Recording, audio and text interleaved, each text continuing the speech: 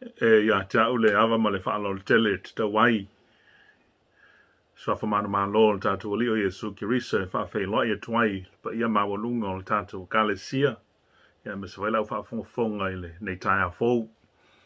I le su le tātou tina, su fo i le whainga luenga pa ia le tua mo tau whalatua. Mai se fo i le vesenga o te akono ma lo tau pa ia le silasi se o lava i o tau wano mani a mātou whanau. Ai le ngata i lea, ia whaatalo whaatu i le nganga whaaloalo i le uso kerisiano. Ia mwhai ona maaua mai le nei whaasalaunga mai le tu ma le tu o le larolangi. Le whai o tātou toe whatapa i lungo ala leo te le vavave. Ia wasi tātou tāpua inga whaatasi le tua. Whaafoi e tuai lona vi inga. Ia wawa ia toe whaapopo i lautou soifua. Ia maso mātou wola. Tātou te whaawawa i pēl tātou wala wina. Le nei ola le tu mauolo o tātou iai. Whaatalo whaapitoa i o tātou matua tausi. E le pamalo i o tātou te māma tina mātutua. Ia taina ne foi. Nisi o Oketopa ia o ngotia i whaatawhangase o le tino. Ia po le mawhau. Nisi foi o whea ngai ma whaanoanoanga i o no le motusia o mawhitanga ma mae.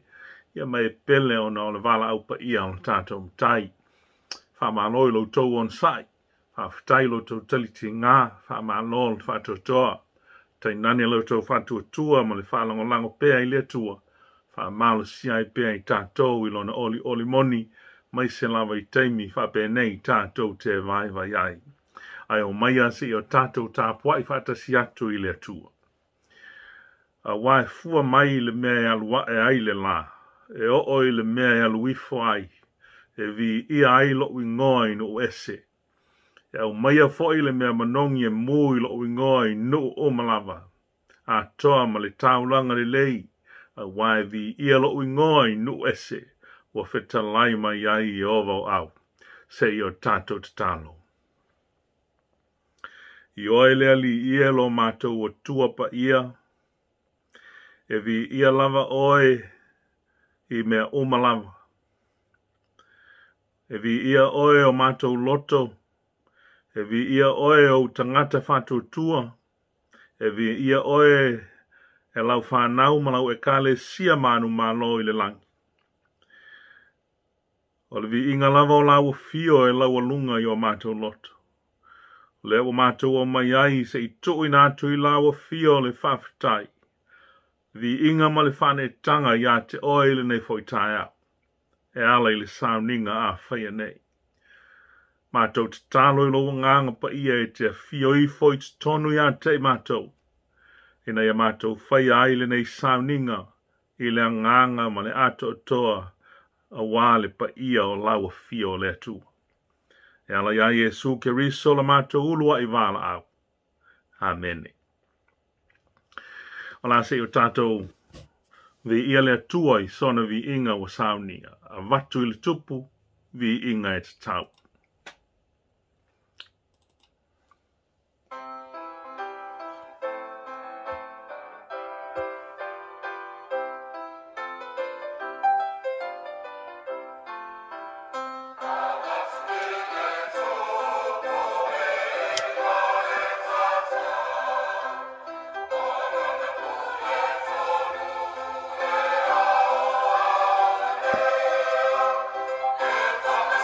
Oh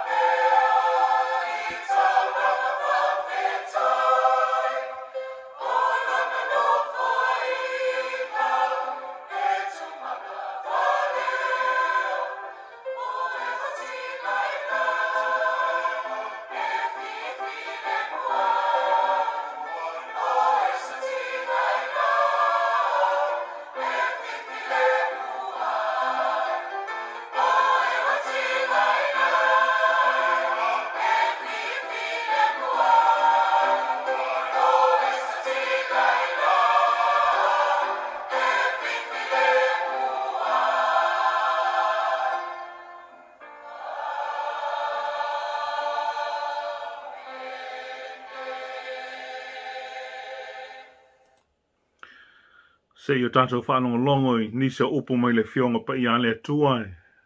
A vea ma tai tama mo i tātou i le nei fo i tai au. La maua mai le whianga inga fau le tusi le apostolo Jakopo.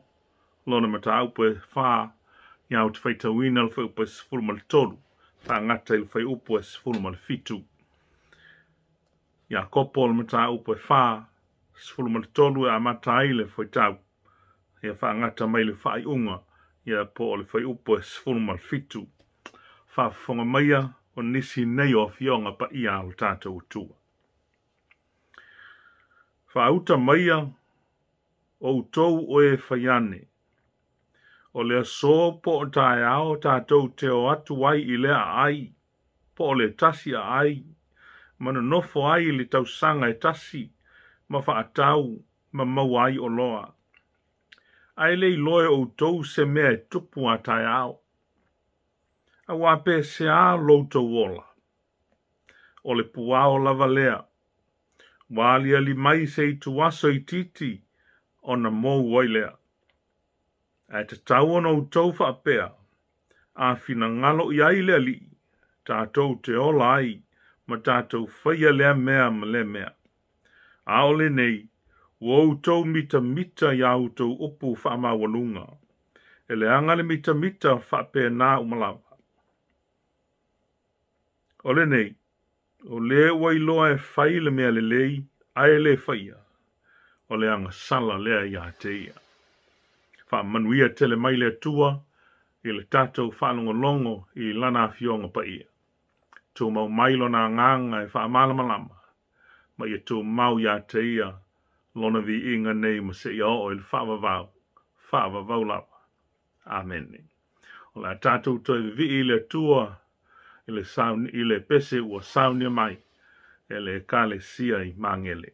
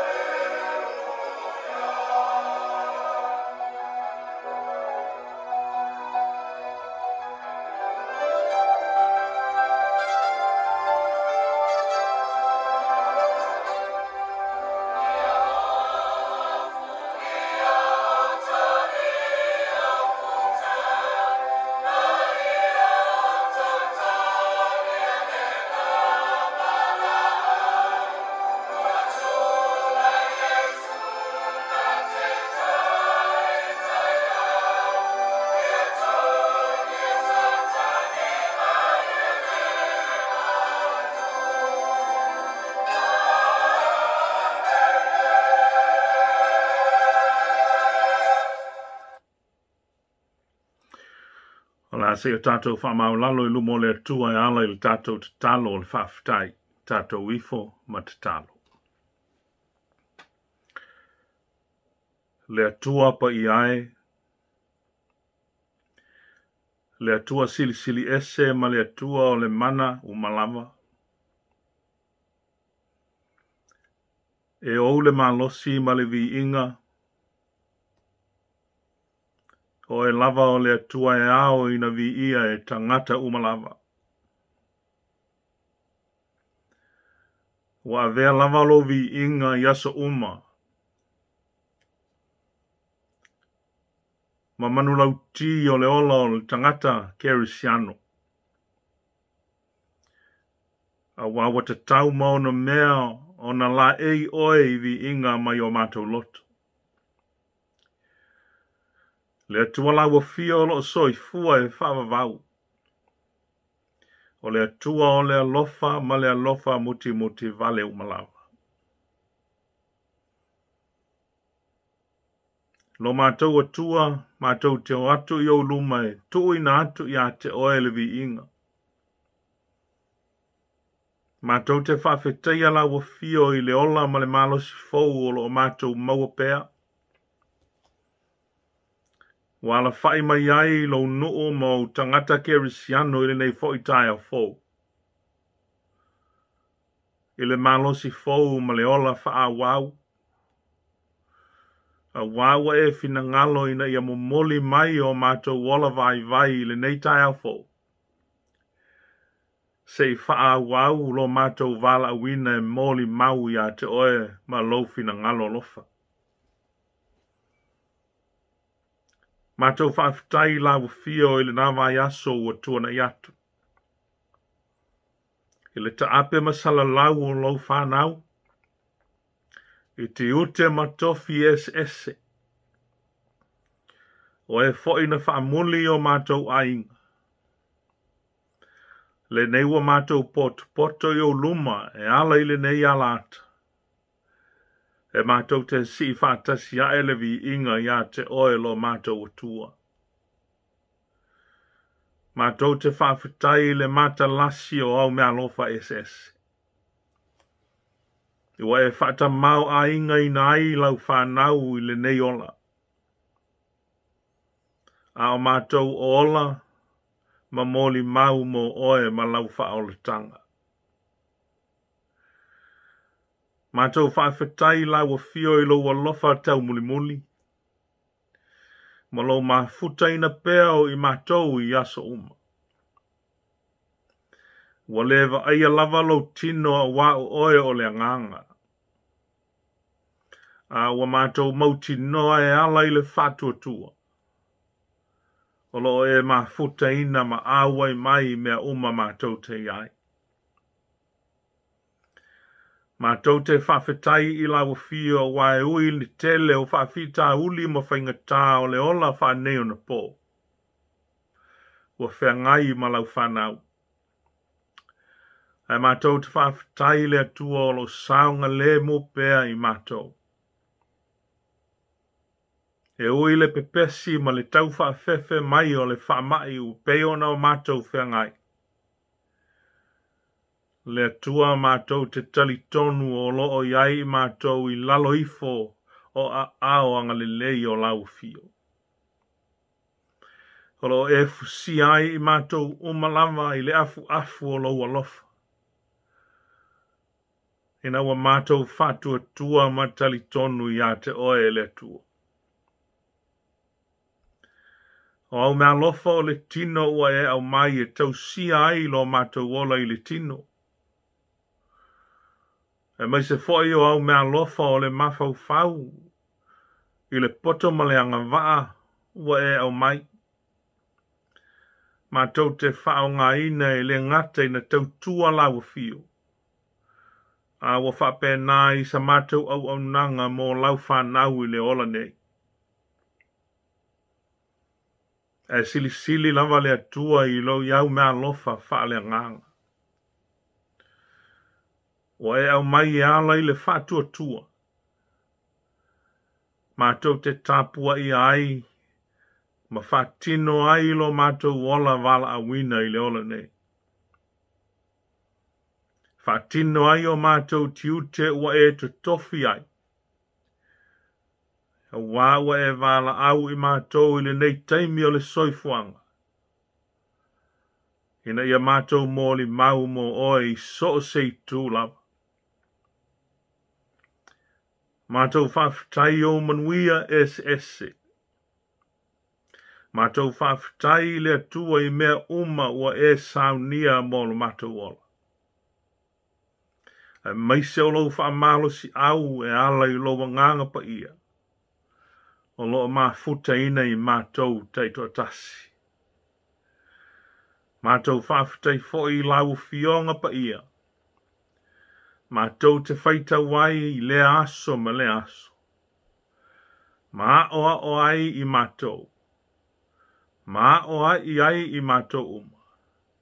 Ma whaatonu ai I mātou I lau ami o tonu. O awa fionga o lo sauni ai I mātou. Mō ngā luenga le lei o malava mātou te whaia mo oi. Ai sili lava le atua. I loa lofa e ala I ai e suke riso.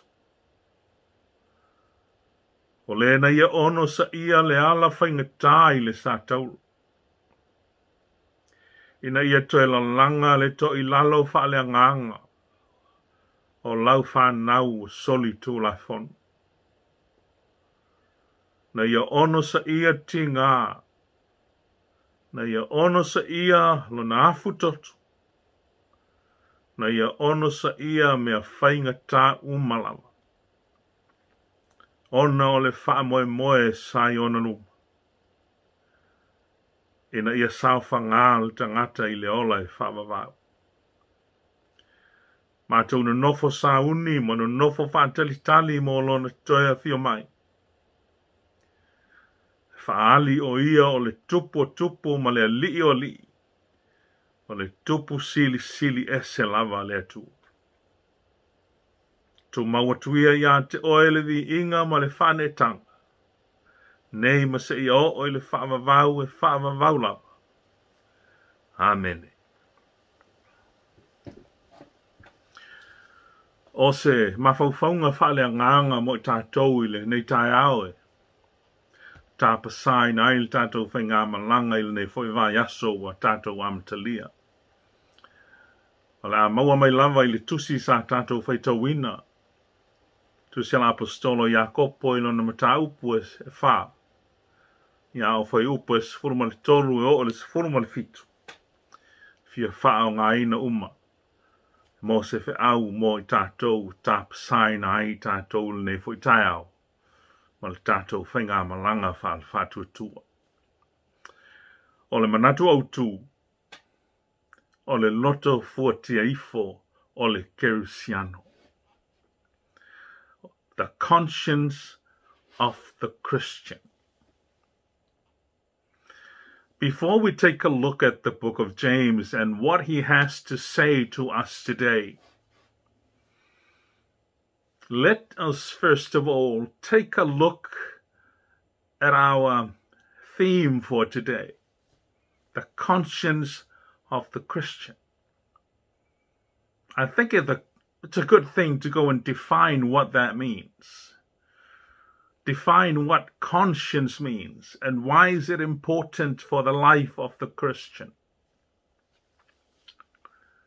The conscience is defined as that part of the human soul that produces feelings of pleasure,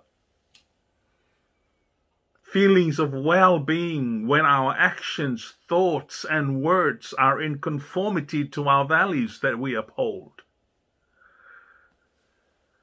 There is a Greek word that is translated conscience in the Greek Bible, and it's suneidesis, which means moral awareness or moral consciousness. So conscience is moral awareness. What it does is that it determines the actions we are going to take. whether our actions involve doing what is right or whether we do what is wrong in accordance to our value systems. So, conscience determines our action. It defines our thoughts, and it defines what we do. It defines our character as Christians. And apart from the fact that conscience produces feeling of pleasures and well-being, conscience also causes mental suffering. It causes feelings of guilt when our actions are not in line with our value systems. So conscience produces feelings of pleasure and well-being, as well as feelings of mental suffering and feelings of guilt.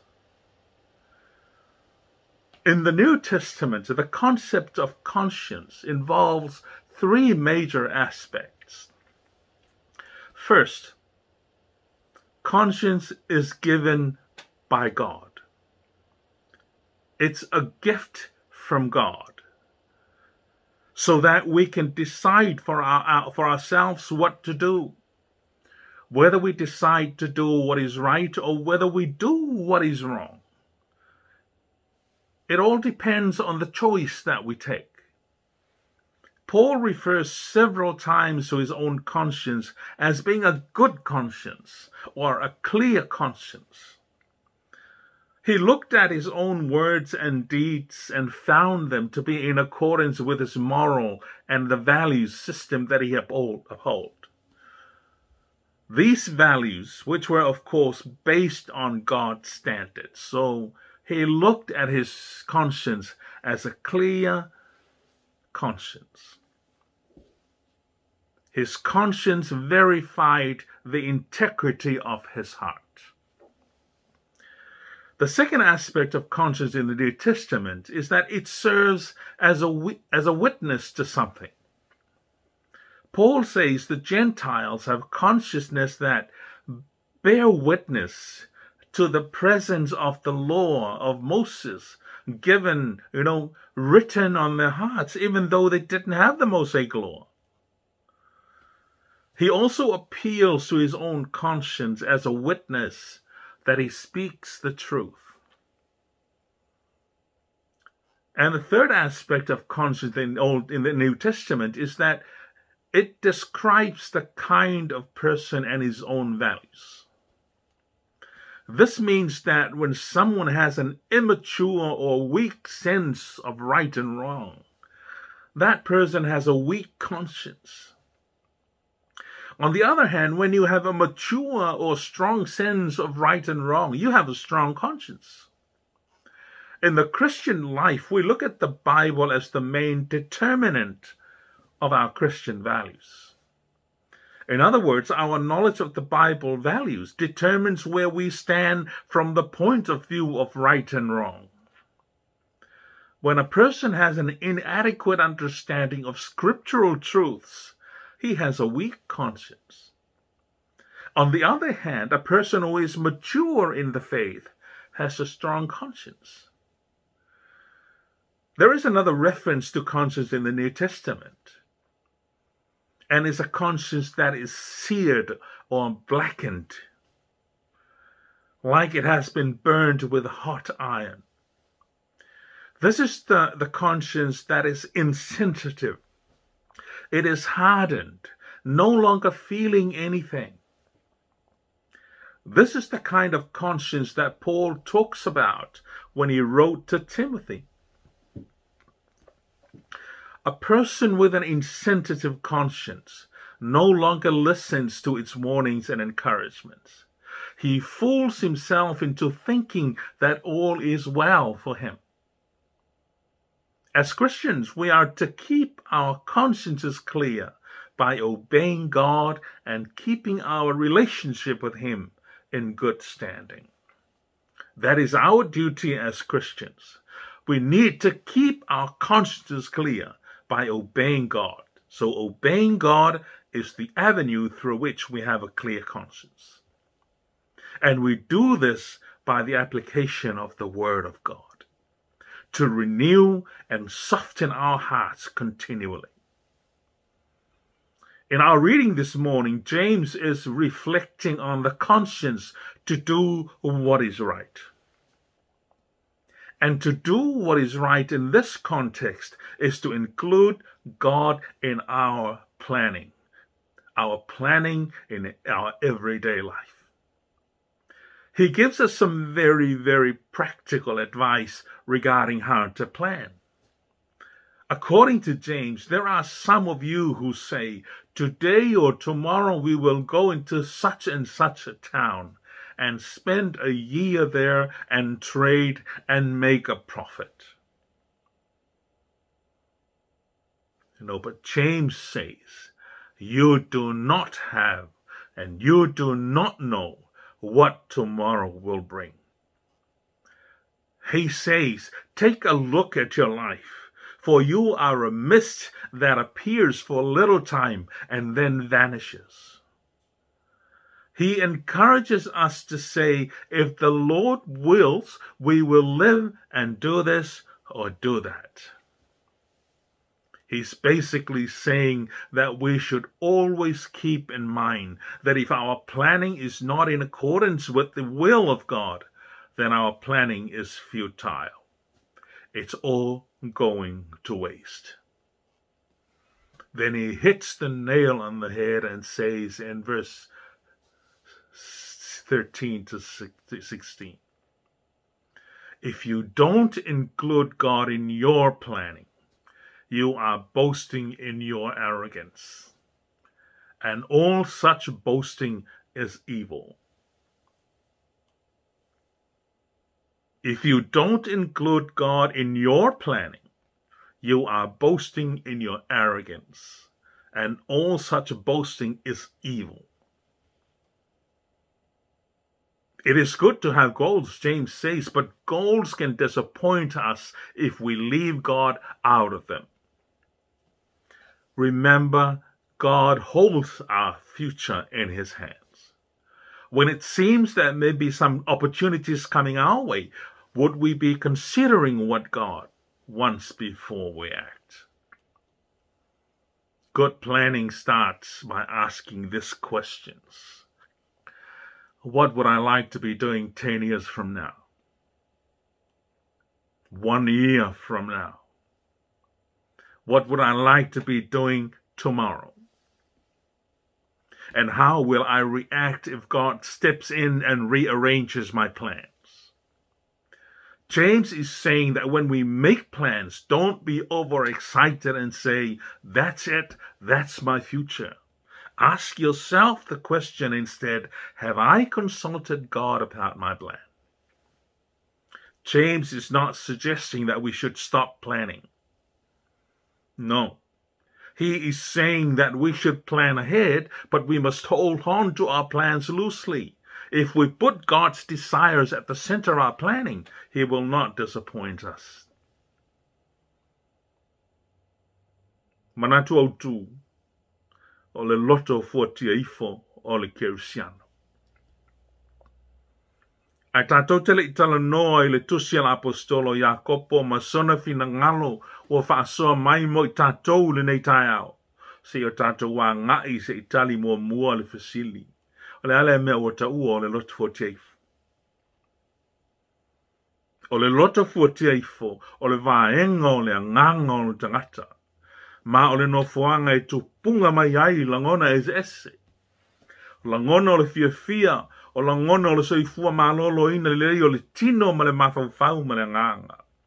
Pe a whailena tātou te whaanga ina le lota fuatiaifo e whaatino ma whaatau nuu ina ai mea le lei ma mea tāua. Po mea tonu ma mea sao. Il tātou vava ai whaatanga te kersia. Ai peitai. Ia vea fo I le lot fotia ifo ma sio manga e whawhai lele ai mawhatianga wha le mawhawhau. Whawhai lele ai la ngono le tau salaina. Pe a whai tātou te whao ngā ina le lot fotia ifo e whaatau nuu ina ai ni mea leanga. Whātau nui na ini mea se mani mele e tonu e tusa mā tātou talitonunga whakersian. O le lotu foti eifu. O le whare liwina leo le upo le ngana e leni e taua o le sune deses o na winga o le mala malama le lei po le mala malama maa. Le lotu foti eifu. Whea ngainga fōu o le lotu foti eifu ai au fia ini mea tāua stolu momua. O le lotu foti eifu. O le mea alofa mai le tu. Mo sos tangata. O le awa noa e whaatino ai tātou filfilinga. Tātou te filifili ai e whaile mea sao. Pe tātou te whaia le mea se. Tele taimin tāu ai e paulo lona lava loto fuateifo le loto fuateifo le lei. Po le loto fuateifo mamā. Pe ona ia tusi atu ai i le kālesia i koinito. Ia male tusi o ngā luenga i lona tāu po e luas fumaltou. E mā fua le manatua paulo. Ona pe ama fau ia na upu mana ngā luenga whatino, ona ia i lolea, o lo o ngā tasi ana upu mana amionga, ma poloa i ngā lea tu. Ona winga o le loto fuateifo mamā, e whaavai lungo talitonungo o tangata kerisiano i lo nātua. Malona lua, o le loto fuateifo se moli mau o lo ola, ma lo wala wina. Le vaifo i lea paulo ia te ia lava. O lona loto fuateifo le moli maule o lona tautala i le mea moni. Whaamawina i le roma am tau po iwa whai pua mua. Ai mai se foi ana whiutana i ngā maisi tangata pe ona i le lua koinito am tau po mua. A mai paulo, o tangata unu ese e iai foi tātou. O le loto fuateifo mamā, leo o tātou au auna ma moli mawai i le atua. O le loto fuateifo foi e whaailoa mai i a te tātou o lo sila fia uma i le atua o tangata ma lana ngārua. Ma le mea lona tolu e whaatatau le loto fuateifo. Loto fuateifo na te whaailoa i le tangata. Mea e ao na ia whaatau o ina i lona o langa. O lona winga a vai le loto fuateifo. Whaafainga tai lea tangata o na iei lole e se senga o le mea sao ma le mea se. Ai ama losi le loto fuateifo e manino le lei le tangata le se senga o le lei ma le leanga. Le mea sao ma le mea se. O le tuspa ia.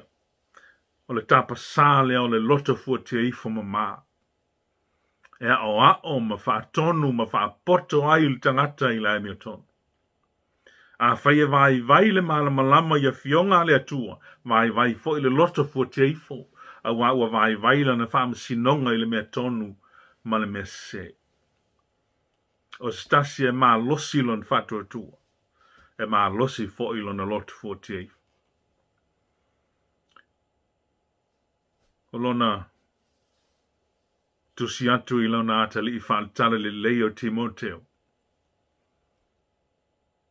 O lo ta ua i paulo to i ngā loto fuateifo. O ta ua o le loto fuateifo ua whaamuina i leo o mea asa.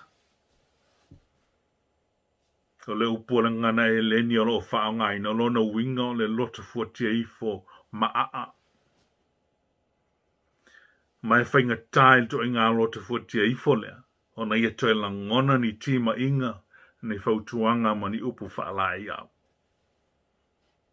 Mō tangata kerisiano. O le whaalongo ma le usi tai le atua. E manino ai o tātou loto fuateifo. Ma whaale leia atili ai lo tātou wāwhea ngai ma lo tātou atua. O le usi ustai ana polo inga. O le awala lea tātou te mauai. Loto fuateifo ma mai pe ona ta ua pau. O le tusi ala apostolo Jakopo e pe ona sa whaita wine le nei tai au. O lo afi fi mai ai tonu le whaao ngā ina ma le ngā lua ina o le loto fuateifo. E fili e le tangata i lona whaatino ina ma le whaatino ina o le mea te tauan whai. O le saolatonga o le tangata. E a mata foi upu e pe ona sa whaita wina mai le tuse Jakopo. O lo whautua mai le apostolo e winga i a mionga te tau. E te tau na whai pe a whaini fuafuanga anuanu mamaua sa tangata kerisiano. Whamaiai, e ei tangata o tau e whai ane, o lea sopo o tae au, tātou te atua I lea ai, ma lea ai, ma na nofo ai il tau sanga e tasi, ma whaatau, ma mawai o loa, pia ona e whaupes fumal tolu. E whōlinga o ni la fonga ua whaia ma le matua mauti noa, e tau no. O ni fuafuanga ua whaia ma whōlinga ai o le tangata, e pule ilo nola. Malona malosi, ma le aso ma mea e tutupu ai. Ai pei tai o la Jakob, e le loa e o tau se mea e tupu a tai au, haupa e sumalwha. A wape se alo tau ola. O le pua o lava lea, wali ali mai se tu aso I titi, o na mou wailea. Wa whai loe la apostolo le tūlanga whaatau waa o le tangata. Ma le ai o so na malosi na te pū, le ai lo na ola maana fuafuang whai. Tele na ngalo le tangata o lo na ola e pū sa saa, pe o se pua o na ali ali mai le tai ao o na toe mou watu le. Wa na o le atua na te sila fia le lumanai, a wā o ia o le atua. E le ngata lo na sila fia. A ua wha tua maila apostolo I le mea e aon whai mai aia, a e ta tau ono o tau whaapea a whina ngalo I ai lea li, tātou te ola ai o ma tātou whaia lea mea ma lea mea. O lona wing, e le pule le tangata I ona ola. E pule tu tasi lea tua I le ola o le tangata ma pule ao o ia I mea uma o lan fōwhanga. I le vaila Jakob, ta tau lava I le tangata kerisiano waia I loa le atua o na tua awanoa I le atua mo sona finangalo. O lona winga, e fesili mua al tangata I le atua, po le alo na finangalo, ma sana wha amanuianga, a o alo atu le tangata e whatau nuu ona mana o. A whai e tusau fuafuanga ma le finangalo le atua, saunia lava I le atua a wala e whatau nuu inai. O le finangalo le apostol. E le ise mea le anga I le whata oto ni fuafuanga mo le lumanai. A o se mea I le tonu le ai o le atua I tonu o ia fuafuanga. O le tā ua o le o fia o le atua I tātou ngāluenga whai. A wā foi o loo ia mia o tātou ola. O loo ia mia lo tātou lumanai I ona awa lofa. Pape nāle wha moe o la apostolo Paulo, mo le kalesia I Korinito. Whai mai aia o te fialu atu e asi I te o tou, ma o nofo ai se teimi umi pe āwhina ngano I aileli. E le iso na whaia e Paulo se mea se vanga nā ua whina ngalo I aileli. O leo Paulo o, lo teita ina I lea nganga o lea li lona wala wina. O sa uni foi. Whaatali atu I le li mo sona finangalo. Pe leo whaataita inga le lea mo tātou. Pe leo tātou o nawa tau ave lea I o tātou o langa whalkerisiano. Ina ia tu ina atu I le atua mea tātou te whai. O le waile Jakopoa I tangata kerisiano o lona vai taimi. O lo lātou tau ave pea winga ma mionga sa lātou whaia a o le ia vea I lātou mtangat whatuatua. A o le ala utiwa I atu le apostolo po a lātou fuafuanga I whaia ia whai ma whamanatu ia I lātou pe āwhina ngalo I aile atua. Le au soe, fia le atua ia I lātou e whatuatua ma whamoe ma whanangolango ia te ia. O tau soi fua ma so wola, wa iona ao lava ia. Lo whamanatu mai e Yesu le lava mea moni, e pule le atua I le ola o tangata. Whamatala Yesu I lona au solan whata ota e winga I le mau oa valea. Wa so ona whai ana fuafuanga aruaru mamau, a wale whaatele ina o lon tamau a inga. Hawa ia whape ane malona mautinoa, o le nei le mea te whaia. O te saena o whale saito ai whaia ia tele, o te whaaputu ia ia fua ma o mea le lei uma. o te whai ifo I lo uanganga e, wa ia te oe mea le tele, wa te wina mo tau sanga tele. E nā nofo file mu ia, I nā ai ia, ma inu ma ia e ori ori. A o fitala yatu le atua ia te ia, o oena le vale. E a ami ina atu lo wanganga na ia te oi il pona nei. Ai whai mai mea wa e Sauniga. Wa ia whai a lava nei fuanga ilona lotu wha mawalunga. Peisia I o ia lava e pule ilona ona. O lo o afi fi le whata oto le nei a Yesu. Le matua mo o mia le tangata o le atua. Al fa upa es formal fitu al mta upule nei o le tusia la apostolo Jakopo sa tato whaitawina. O lo o afi fi mai ai le aungo le wha soa wha le angango nei taia. Mai Jakopo le whaupule. O le nei. O le wailoa e whai le mea le lei ai le whai. O le anga sala le ia te. Whaupa es formal fitu. E a mata le. Whai upu le upu o le nei. O le upu e whaata tau I mea uma ua tā ua e Jakopo I lunga atu. E au fiai le te tau o na fesili le atua, so se mea tātou te whai. O le whai upu le o wha mafa mai ai e la apostolo, le ta tau ma ono mea, o na whao ngā ine le tangata o lona loto fuatia ifo le lei, wha tino ina ai le mea le lei. Ai le o le mea le anga. A wā o le mea le anga, tupu ai le anga sala. E tele in tātou whaawinga ina ma wha ingoa le anga sala o le whaia o se mese. Ai o le ua wha lia Jakopo o le anga sala foi le iloa ina o le mea le lei, ai le whaia.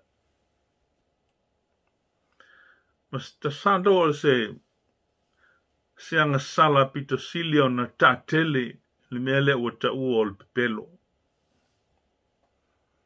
O le pepelo, o le tanu mai lea o le mea moni, ai whaali le mea se. O lana te iloa le mea moni ai ua le whaalia. Wa iloa e le tangata pepelo le mea le lei ai ua le whaia. O mai Jakopo, o le angsala le mea lana. O le nei, o le ua iloa e whai le mea le lei ai le whaia. O le angsala le ai atei. O le mea moni o se angsala ta tele lea. O le tatou soifuanga o aso uma. O le tatou mata le TV. O le tatou vama ai upenga ta whailangi. O le social media. Ua mai whaatasi ai mea moni ma mea tau wha ole ma le pepelo. O whamatalanga tau wha se. Ua whaalafi le mea moni e whaali mai le mea pepelo. O le natural na langi whanei on po. Mo iai le langi nei on po I se tūlanga ma tautia. O mea le lei, o whawasenga ina I nista ngata o mea le anga. A o mea le anga, wa avea ma mea se. E le ngata o, whainga whaavai atu nuu mamalo. E o whapea foi le sosa iete o tangata. O lo manino il tu spa ia I to inga mionga ia. Ai maise lava I le vai tau ua lata le toia fio mai o le ali o Yesu Keriso. Bo tātou ei nei vai tau e peo na valo ia mai e le ali o Yesu malana au perfecta malana au apostolo. Vai tau o tātou moli mawinai o langa ma mionga tangata o peo seafi mu le angsala. Fia nis tangata e whai a mionga ino sia ai walato whai mai o mea le lei. Ai o mea le lei ma mea tonu. Whai mai lato o mea le anga. Wa wheli wai el tangata le nā tura ma le winga o mea. O le taupu mua o le tusia pauro le kale sia Roma. O lo o wha mafa mai ai e pauro. Il whai upelua sumaltasi a ngā il whai unga. O le loto fuatia ifo le tangata keresiano. Leu soe, E tolun tu e ngā lotu fotiaifo e fia wha soa mai tātou ni taia momua. O le lotu fotiaifo le lei. O le sensitive conscience. Buta ua lunga le nau ta inga o apostolo nu ese na te whaatino lo na wala awina i le lotu fotiaifo e le lei. O le lotu fotiaifo e ana mangawa yatu i mea le lei ma mea tonu. O le moli aina ma le whaamsinonga o Paulo i luma o le koa vana o Filiki i Kaisarea. Na avea ma avanoa e mo moli atua i e Paulo le tala le lei le koa vana ma i lato umana iai, whai mai ai. O le mea le au te tau mwhai ai au. Ina ia maua e au le lota fuatia ifo e le lei i le atua a toa ma tangata e le au noa. O le lota fuatia ifo le lei. E mataala i mea e ono a wala mai ai le angsala. Sensitive to sin. O le loto fuatia ifo le lei e le whaia ni a mionga tai sei nai tangata mai le whaia o le mea le lei. Al fautuanga foi le a Paulo i lana tusi e Kalesia i Kaltia, foi mai aia o te whai atu i outou sava vali i la le nganga, o na le whaia le outou o tu ina nawul tino. Au la Jakopo, o le wai loe whai le mea le lei ai le whaia, o le anga sala le iate. O le lota fuatia ifo le lei, e taita ina e le nganga o le atua. Sensitive to the spirit. Ti mai atu Paulo i le Kalesia i Tesalonia, aua tau te tineia le nganga. Ia sava vali le nganga, e ftalai Jesu o le nganga e tupu mai ai le upumoni, e tai e ia i ate utou i upumoni uma. O le loto fortia ifo e taita ina i le nganga. Na te iloa le mea le lei, ma whaia. O le loto fuatia ifo le lei. O le loto fuatia ifo ua si lima, ma ua tuu inatu atu o toa o ia i le alii. Sensitive to surrender. O le tua inga loto fuatia ifo le ana ta ua e Paulo fai mai, o te whaato ila loina lo nei tino, ma whaia iau ma polonga, ina ne i o le wha maon. E lan tusi mua i le Kalesia i Kornit. O le loto fuatia ifo le lei e le fia ia mionga whale la rolang. Al fautuanga vo i le a Paulo i le Kalesia i Roma. I au tau tuu ina atu au tau tino i le atua. O le taulanga ola ma le pa ia ma le malie. Au a foi tau te a mio whaatasi ma le neila rolang. Ai peitai, ia li liwina i le toi fuata ina o tau loto. Ina iau tau sue pe se ale fina ngalo o le atua. O mea ua le lei ma le malie ma le atoa. Ua whawhano lima o Paulo mai le o langa tuai. Pa mailan tau tinonga i a Timoteo a wā o au ua whaamalingi ina nei lo toto. Ua o tau le tau le lei, ua iu i a te au le tau sinionga, ua o ta ofi le upo o le whatua tu. O le tu inga lotu fuatia ifo lea. Na te iloa le mea le lei ma whaia. O le lotu fuatia ifo lona lua. O le lotu fuatia ifo ma a. Po o le lotu fuatia ifo ua whaapou li ulingia. Seared conscience. O le tu inga lotu fuatia ifo lea o lo na watu Paulo ina ia no fauta i ai Timoteo. A wā o tu inga lotu fuatia ifo lea e ta atele i tangata pepelo. Pai mai Paulo, o le pepelo tangata pepelo, ua whātu saina o lato lotu fuatia ifo i leu o mea a asa. Ta ua fo ia Paulo le tu inga lotu fuatia ifo lea o le lotu fuatia ifo ua whaapo li ulingia ma ua whaa ma a aina. Ta ua fo ia Paulo lan tusi le Kalesia Roma fa mea lotu fuatia ifo e valea. Lotu fuatia ifo tu inatu i la tou i le ami o le anga, i le tu ina nau o la tou loto, ua le aiso la tou maasiasi, ua la tou fisu ia i le upumoni a le atua i le upepelo. O to inga Lotu 48 lea. Na te iloa le mea le lei e ua fili e whaia le mea se. O le ala leo le pa o le unua i tangata. O na ua maua i Lotu 48 ua maa maua whapau li ulingia. Ma le Lotu 48 lontolo. O le Lotu 48 whale nganga. Spiritual conscience. O le Lotu 48 whale nganga na te tau fi mau I upu o le whatuatua. Mua mualti mo teo mtau petonu whewpaiva. O le Lotu 48 foi le ua ia talia o onga o le whatuatua. O le Lotu 48 whale nganga o le Lotu 48 le ai mama ma ua le whaavatu ia I la le whatuatua. O le Lotu 48 le ua ia talia le taulanga o le whaolatanga na Sauniga le lio Yesu Kiriso. Tusi lau e peru mtau paiva whaupas fumalwha. Pe a maua le tangata le Lotu 48 whale nganga o na ia le ufi lea o le mea le lei ai o whaia. O le ua iloa le mea le lei ai le whaia o le angasala le aiatei. O le Lotu 48 le kerisian. Le usoe o le ale tu ai ngā Lotu 48 lo o iai lo Lotu 48 o oe o le tangata kerisian.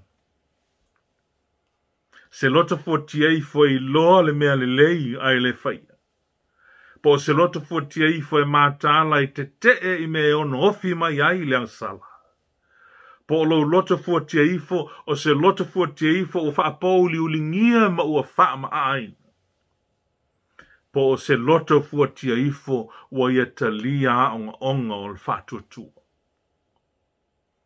O lo Lotu 48 o se Lotu 48 mama wa ia talia le taulanga o le whaolatanga na Sauniga le tātou alio Yesu Kiriso.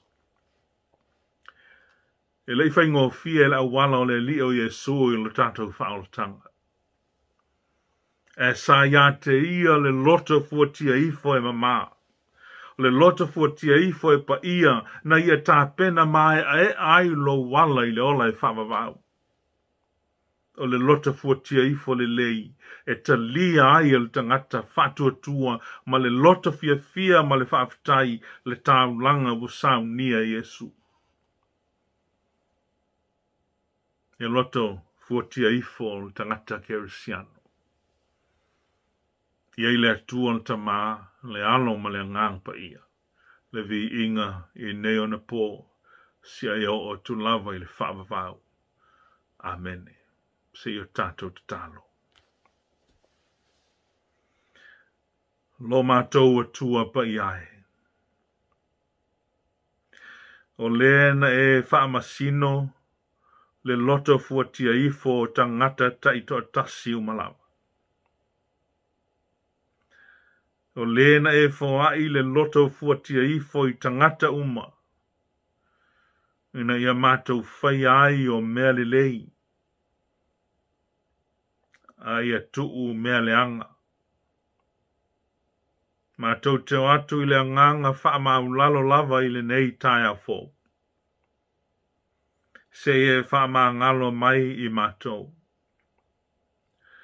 A wawa maua I mātou I le Lotu 48 ma a. Le Lotu 48 ua pō uli ulingia. Ina ua mātou le wha longo o maustai I a te oe. Wa vai lo mātou wola whatuatua a wa mātou pā ie whaitau I la wa fionga pa ia. Whamangalo o le whaia o mātou fuafuanga e au noa ma lo mātou whesili atu I a te oe. Se ie whamangalo ina mai I mātou le atua. A wa whaonga se o mātou Lotu 48. Mātou te fili ai e tanu mia o mea lelei ma mea tonu. E wa whaalia na o mea se. Se ngase le o lo ngase ai lau whanau kerisiano. Wa mātou wole ma vala a watu I a te oe. se e whaama ngalo mai I a te mātou. Ma e whaia ni loto fuatia ifo e mama, ma ni loto fuatia ifo e lelei, o ni loto fuatia ifo e whaalongo ai maustai I a te oe le atua. Ina ia mātou whātou noi na ailo mātou vala uina.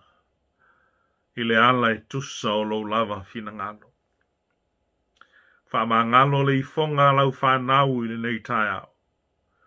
A wawa le ato toa lava I mātou. Awa mātou wole ma vala a watu I a te oe le tua. Se e whamanuia mai I a te mātou. Whamanuia I la mātou e kālesia. Mai lava I maunga te tele se I o I maunga iti. Tau sia o mātou mātua mātutua I o wa awalofa. Le whenga I ai o I la tau ma whaafeinga tāo le soifua ua matua. Mātou te talo le atua I le whenga I ai o I mātou I le lalolangi atoa. Ma le whaamai e peo na olo pesi. Wa a fia ai le soifua o nisi o lau whanau.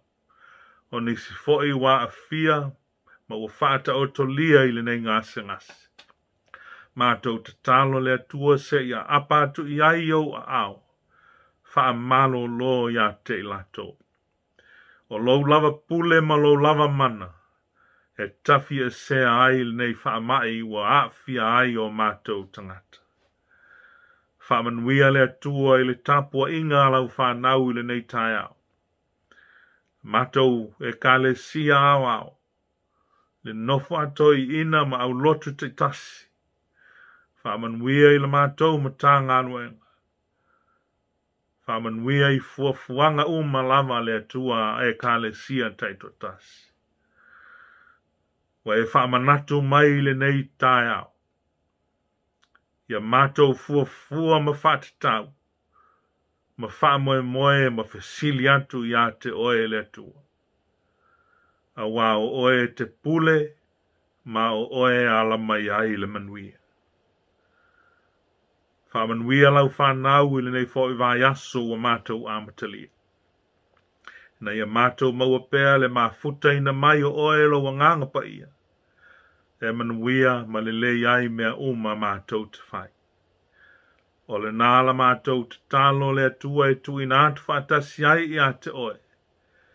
Ma te talo lo I te tonu o le loto le tangata lava ia. Whaia I ai lo fina ngalo. Ai aua malo mātou whatau anau. Ia te oe pēr le vi inga e whaavavau lava.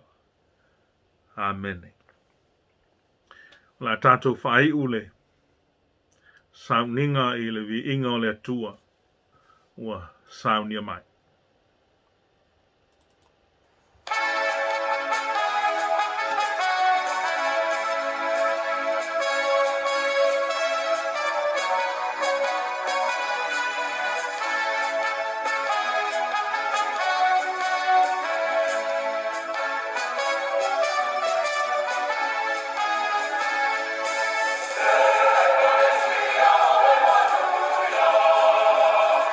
Oh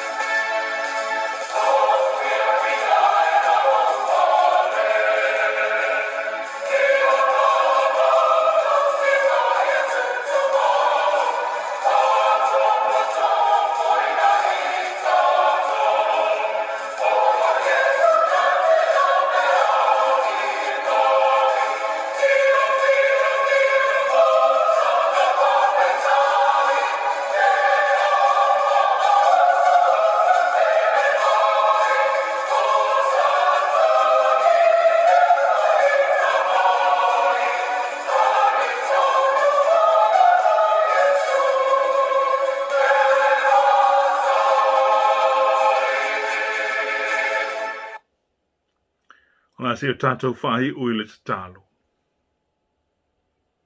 Ia vi ia pēla wa fio le atua le tamā le alo ma le anganga pa ia. A o lo lofa ma lo anga le lei.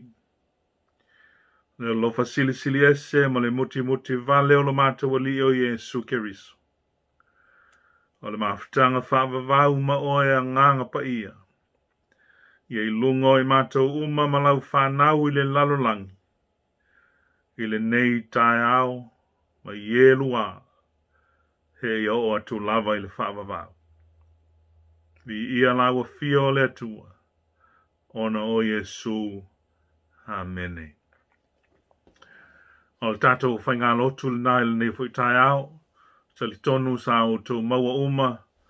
Ia malo longa o le pō o mawai. Ia le fia ma le file mu o le tātou alii. Ia tali tonu foi. Ia sa o tō maua se tātou whainga lotu. File mu le nei tai ao. Ia te o tō malava le file mu o le tātou alii o Yesu Keriso. Ia manuia foi whainga malo longa o le nei aso. Ia maleanga I atu I le nei vai aso wa tātou savalia. Soifua ma ia manuia.